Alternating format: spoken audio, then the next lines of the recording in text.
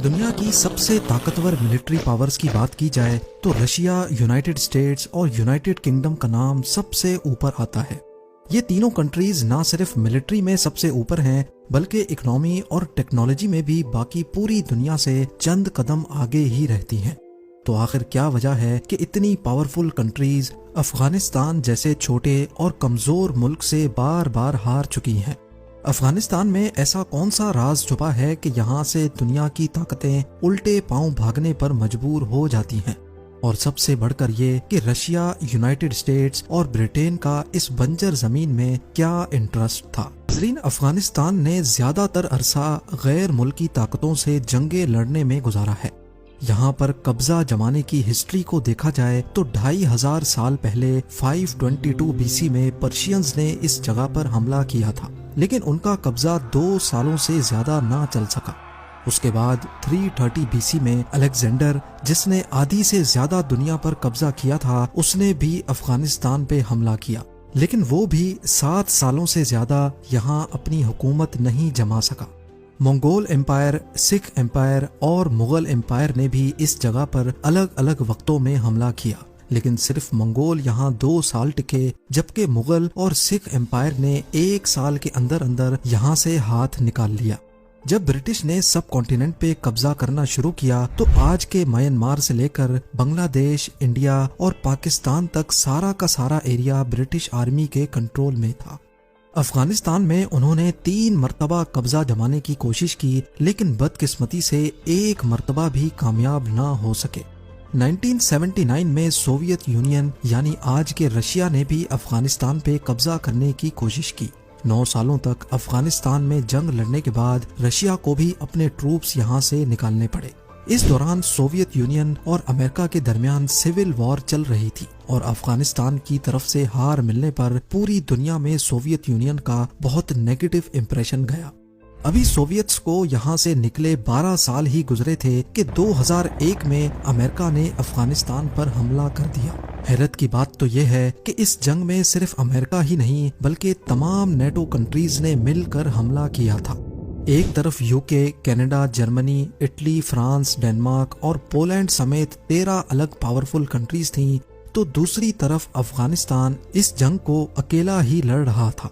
अफगानी तालिबान के खिलाफ 20 साल तक ये जंग चलती रही, लेकिन कोई खातिर खा कामयाबी ना मिल सकी और आखिर में नौबत यहाँ तक आ गई कि 2021 में अमेरिकन फोर्सेस को यहाँ से निकलने के लिए भी तालिबान के साथ डील साइन करनी पड़ी। एक्सपर्ट्स का कहना है कि 20 साला इस जंग के दौरान अमेरिकन फोर्सेस अफगानिस्तान के सिर्फ 15% हिस्से को कंट्रोल करती थी। अफगानिस्तान का टोटल एरिया फ्रांस से थोड़ा बड़ा, जबकि इसकी पॉपुलेशन यूएस स्टेट कैलिफोर्निया से भी कम है। इतना छोटा मुल्क अपने से 10 गुना बड़े और ताकतवर मुल्कों से कैसे मुकाबला करता रहा है? इसके कई सारे जवाबात हैं, लेकिन सबसे बड़ा जवाब अफगानिस्तान की जियोग्राफिकल लोकेशन में छुपा है। अफगानिस्तान कई अलग अलग कबीलों में बटा हुआ है, जिसमें उज़्बेक्स, ताजिक्स और पश्तून्स शामिल हैं। इसका पूरा बॉर्डर खुद अफगानिस्तान ने नहीं बल्कि गैर मुल्की ताकतों ने आज से 120 साल पहले बनाया था। इस बॉर्डर की यहाँ बसने वाले ट्राइब्स के सामने कोई हैसियत नहीं थी। इसके सदर्न बॉर्डर की बात की जाए तो यहाँ पश्तून्स कई 100 सालों से रहते आए हैं, लेकिन हकीकत यह है कि अफगानिस्तान में रहने वाले पश्तून से ज्यादा बॉर्डर के उस पार पाकिस्तान में रहते हैं। बॉर्डर बनने से पहले ही सदर्न अफगानिस्तान और वेस्टर्न पाकिस्तान में पश्तून्स का बसेरा था। इन पश्तून्स की आधी फैमिली अफगानिस्तान में तो आधी पाकिस्तान में रहती है। लिहाजा जब ब्रिटिश एम्पायर ने यहाँ का बॉर्डर डिफाइन किया तो उसकी इन पश्तून्स के सामने कोई खास अहमियत नहीं थी, क्योंकि ये बॉर्डर महज एक इमेजिनरी लाइन के जैसा था। जैसे बॉर्डर डिफाइन होने से पहले वो लोग एक दूसरे से मिलने जाया करते थे, वैसे ही बॉर्डर के बाद भी जाया करते थे। क्योंकि इस बॉर्डर का ज्यादातर हिस्सा इंतहाई ऊंची पहाड़ियों से गुजरता है, इसी वजह से इस बॉर्डर को कंट्रोल करना पाकिस्तान और अफगानिस्तान दोनों के लिए काफी चैलेंजिंग रहा है। द ड्यूरेंट लाइन के नाम से पहचाना जाने वाला ये बॉर्डर 2640 किलोमीटर लंबा है, जिसमें कम से कम भी 300 स्पॉट्स ऐसे हैं जहां से बॉर्डर क्रॉस किया जा सकता है। इसी चीज का फायदा उठाते हुए यहाँ ड्रग्स, वेपन्स और मिलिटेंट्स की स्मगलिंग बहुत कॉमन है। अफगानिस्तान में रहने वाले टेररिस्ट बहुत आसानी से पाकिस्तान आते और यहाँ से नए मिलिटेंट्स तैयार करके वापस लेकर जाते थे। इन सब वजूहात की वजह से ही द ड्यूरेंट लाइन को दुनिया का सबसे खतरनाक बॉर्डर भी कहा जाता है। अफगानिस्तान का मैप देखा जाए तो ये एक लैंड लॉक्ड कंट्री है, यानी अगर किसी को इस पर जमीनी रास्ते से घुसकर हमला करना हो तो उसके लिए पड़ोसी मुल्क की मदद लेना पड़ती है, जिसमें Iran, Turkmenistan, Uzbekistan, Tajikistan, China और पाकिस्तान शामिल हैं। लेकिन जैसे तैसे करके अगर अफगानिस्तान के बॉर्डर तक पहुंचा भी जाए तो हमलावरों को बड़े बड़े पहाड़ों का सामना करना पड़ता है। याद रहे कि अफगानिस्तान बेशक कॉन्टिनेंट का सेंटर है, लेकिन यहाँ की कम आबादी भी इन पहाड़ों की हार्श कंडीशन की वजह से ही है, जिनको हिंदू कश माउंटेन रेंज कहा जाता है। ये रेंजेस इतनी ऊंची और इतनी खतरनाक हैं कि यहाँ सरवाइव करना और इनको क्रॉस करना करीब इम्पॉसिबल ही माना जाता है। ये आलीशान पहाड़ अफगानिस्तान के 75% एरिया को कवर किए हुए हैं, जबकि पूरी कंट्री की बात की जाए तो 50% से भी ज्यादा एरिया 2000 मीटर्स की ऊंचाई पर है। ये पहाड़ियाँ अफगानिस्तान को एक नेचुरल वॉल का काम देती हैं, जो गैर मुल्की ताकतों के लिए तो अनजान हैं, लेकिन यहाँ के लोकल्स इन पहाड़ियों से अच्छी तरह वाकिफ हैं। जब सोवियट्स ने अफगानिस्तान पे हमला किया था तो मिलिटेंट्स इन पहाड़ों पे छुपकर पासेस से गुजरने वाले रशियन टैंक्स और ट्रूप्स पे हमला करके पहाड़ों की गारों में जाकर छुप जाते थे, जहां उनको ढूंढना नामुमकिन होता था। कई बार तो मिलिटेंट्स पूरे पासेस और रोड्स को भी उड़ा देते थे, जिससे रशियंस कई महीनों तक आगे नहीं बढ़ पाते थे। हिंदू कश माउंटेन रेंज जहां हमलावरों को रोकती है, वहीं इनकी वजह से एक शहर से दूसरे शहर तक गुड्स और सप्लाईज को ट्रांसपोर्ट करना भी एक बहुत बड़ा चैलेंज होता है। यहाँ दर्जनों वैलीज हैं जिनमें अलग अलग ट्राइब्स बसते हैं। मुश्किल तरीन पहाड़ी रास्तों की वजह से ज्यादातर ट्राइब्स का आपस में भी कनेक्शन नहीं है, क्योंकि एक वैली से दूसरी वैली तक जाना बहुत ही मुश्किल है। इसी वजह से इन ट्राइब्स ने वैलीज के बीच में ही अपनी अलग दुनिया बसा रखी है। इनके अपने अपने कानून हैं और ज्यादातर ट्राइब्स अपनी सिक्योरिटी भी खुद ही करते हैं।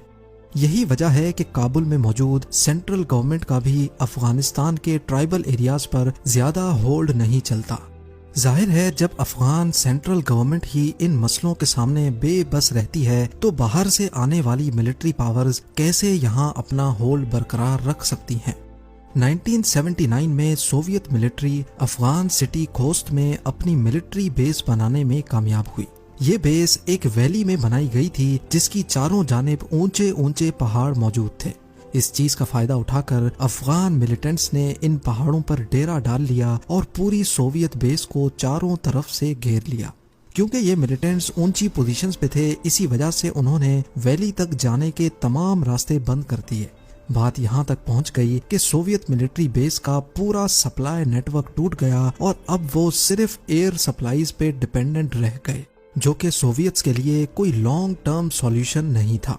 अफगानी मिलिटेंट्स की ये स्ट्रेटेजी सिर्फ सोवियट्स को ही हराने में कामयाब नहीं थी। 2001 में जब अमेरिकन्स ने यहाँ कब्जा करने की कोशिश की तो तमाम नेटो कंट्रीज की टोटल 1,30,000 फोर्स को अफगानिस्तान में बाय एयर भेजा गया।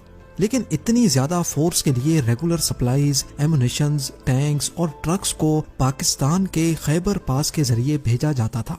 अफगान मिलिटेंट्स को अच्छी तरह मालूम था कि यूएस के लिए खैबर पास कितना इम्पोर्टेंट है। इसी वजह से वो पहाड़ों पे रहकर ट्रक्स पर हमला करने का कोई मौका नहीं छोड़ते थे। हत्ता के 2009 में उन्होंने खैबर पास के एक बहुत नाजुक हिस्से को ही तबाह कर दिया था। जब उनको अमेरिकन फोर्सेस की तरफ से जवाबी हमले का सामना करना पड़ता तो वो बड़ी आसानी से बॉर्डर क्रॉस करके पाकिस्तान आते और नेटो कंटेनर्स को खैबर पास एंटर होने से पहले ही जला देते थे। नेटो फोर्सेस ने अफगानिस्तान में टेररिस्ट को खत्म करने के लिए अफगानिस्तान गवर्नमेंट की मदद भी ली और वहाँ के कई लोकल्स को भी इस जंग में हिस्सेदार बनाया। बेशक कई मकामात पर उनको कामयाबी भी मिली, लेकिन पूरी 20 साला जंग का अगर निचोड़ निकाला जाए तो यूएस सिर्फ 15% अफगानिस्तान को होल्ड करता था। एक एस्टीमेट के मुताबिक यूएस ने अफगानिस्तान मिलिट्री ऑपरेशन में टोटल $2.3 ट्रिलियन बहा दिए, यानी सिर्फ एक दिन में अमेरिका अपनी फोर्सेस पे $300 मिलियन खर्च करता था। इतनी ज्यादा रकम खर्च करने के बाद भी जब 85% एरिया में तालिबान का होल्ड बरकरार था तो यूएस ने यहाँ से निकलने में ही अपनी बेहतरी समझी। अब ये बात तो हम सबको समझ आ गई कि अफगानिस्तान की डेंजरस पहाड़ियां, उसमें मौजूद अनगिनत सीक्रेट गारें और यहाँ के आइसोलेटेड ट्राइबल एरियाज की वजह से ही गैर मुल्की ताकतें यहाँ ज्यादा देर तक नहीं टिक सकती। लेकिन आखिर घूम फिर कर हर कोई अफगानिस्तान को ही कंट्रोल क्यों करना चाहता है? इस बात का जवाब भी हमें अफगानिस्तान की जियोग्राफिकल लोकेशन में ही मिलता है। ये एशिया का सेंटर है जिसको हार्ट ऑफ एशिया भी कहा जाता है। सेंट्रल एशिया, साउथ एशिया और मिडल ईस्ट में कनेक्टिविटी बनाए रखने के लिए बहुत जरूरी है कि अफगानिस्तान के मामलात कंट्रोल में हों। अब जाहिर है जो भी अफगानिस्तान को कंट्रोल करेगा वो इस रीजन की तमाम कंट्रीज के लिए बहुत खास भी होगा। यही वजह है कि अफगानिस्तान में जब भी कोई पावर अपना होल्ड बनाना चाहती है तो दूसरी पावर यहाँ मिलिटेंट्स को फंड करके, उनकी हेल्प करके उस पावर को कमजोर करना चाहती है। उम्मीद है आज की इस छोटी वीडियो से आपके कई कॉन्सेप्ट्स क्लियर हो चुके होंगे। आप लोगों के लाइक्स और प्यार भरे कमेंट्स का बेहद शुक्रिया। मिलते हैं अगली शानदार वीडियो में।